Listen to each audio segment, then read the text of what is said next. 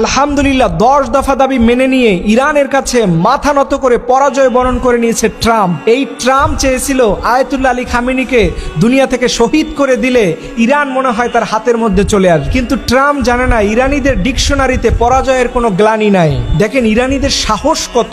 গতকালকে ট্রাম্প যখন ঘোষণা দিয়েছিল আমরা রাতে খুব ভয়ে ছিলাম যে আল্লাহ কি না কি হয়ে যায় যেন। ট্রাম্প বলেছিল পারমাণবিক শক্তি দিয়ে পুরো ইরানকে দুনিয়া থেকে মুছে ফেলা হবে। ঠিক তখনই দেখলাম শুধু নারায়ে তাকবীরের স্লোগান দিয়ে লক্ষ নয় কোটি কোটি মানুষ এসে ইরানের রাজধানীতে শুধু একটাই স্লোগান দিচ্ছে, নারায়ে তাকবীর, আল্লাহু আকবার, আল্লাহু আকবার, আল্লাহু আকবার। এই তাকবীর দিয়ে পুরো ইরানের আকাশকে তারা কাঁপিয়ে ধরেছে। এবং দেখেছেন এই জাতিরা নিজেদের ব্রিজের উপরে পতাকা নিয়ে দাঁড়িয়ে আছে এবং তাদের বিদ্যুৎ কেন্দ্রের সামনে পাহারা দিচ্ছে, তাদের অয়েল ট্যাঙ্কারের সামনে পাহারা দিচ্ছে। এমন কোনো জায়গা নাই যেখানে ইরানি জনগণ ছিল না। দেখেন ইরানিরা কেন এত সাহসী জানেন, আর ইরানিরা কেন পরাজয় বরণ করবে না জানেন? নবীজি সাল্লাল্লাহু আলাইহি ওয়াসাল্লাম ইরানিদের জন্য সরাসরি দোয়া করে গিয়েছেন। বুখারীর হাদিস। এদেশের আলেমরা শুধু ইরানিদের ফতোয়া দেয়। নবীজি সাল্লাল্লাহু আলাইহি ওয়াসাল্লাম বুখারীর মধ্যে বলেছেন কোনো একটা নক্ষত্রের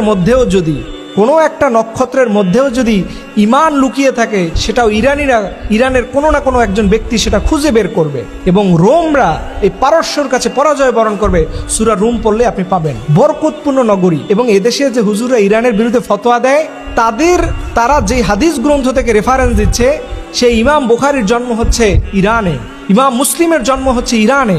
এরকম করে করে বড় বড় বিখ্যাত এবং সাহাবী সালমান ফারসি রাদিয়াল্লাহু তাআলা আনহুর বাড়ি হচ্ছে ইরানে। এরকম করে ইতিহাসের বড় বড় নেতা, বড় বড় সাধক, বড় বড় ইসলামিক স্কলার তাদের জন্ম হয়েছে ইরানে। দেখেন ইরানের 10 দফা তাদের মানতে হয়েছে, তাদের কোনো দফা ইরান মানে নাই। এখান থেকে সৌদি আরব, কাতার, কুয়েত, আরব বিশ্বের নেতারা যদি এখনো না বুঝে যে নিজেদের শক্তি কত থাকা দরকার। বিশেষ করে আমি বাংলাদেশকে বলবো, অনেকে মনে করেন বাংলাদেশ দুর্বল দেশ, অমুকের সাথে ভালো সম্পর্ক না রাখলে হয় না।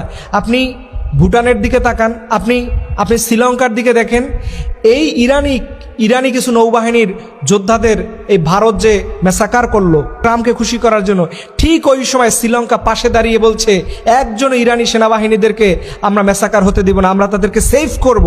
ঠিক এই সময় দেখেন শ্রীলঙ্কা তার বুকের সিনা টান করে কথা বলতে পারছে, আর বাংলাদেশ ঘুরাই পেঁচাই কথা বলছে, যার কারণে রাষ্ট্রদূত পর্যন্ত বাংলাদেশের বিবৃতির উপরে ইরানের রাষ্ট্রদূত খুশি হতে পারে নাই। আমাদের যে এফোর্ট থাকা দরকার, যে অ্যাসেট থাকা দরকার সেটা নাই।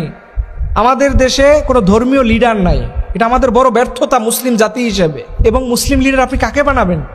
যাকে বানাবেন দেখবেন ওরে মানে না এরকম 100 দল আছে। এটাই হচ্ছে আমাদের জাতির দুর্ভাগ্য। আমরা শুধু ফতোয়া দিতে ব্যস্ত, ক্রম করতে ব্যস্ত, দল ভাগ করতে ব্যস্ত, কিন্তু ইসলাম বলেছে ঐক্যবদ্ধ থাকো। আল্লাহর কাছে দোয়া করি এখান থেকে যেন এই জাতি শিখে আগামী দিনের জন্য যেন ঐক্যবদ্ধ হয়। আল্লাহ তাআলা সেই তৌফিক দান করুন।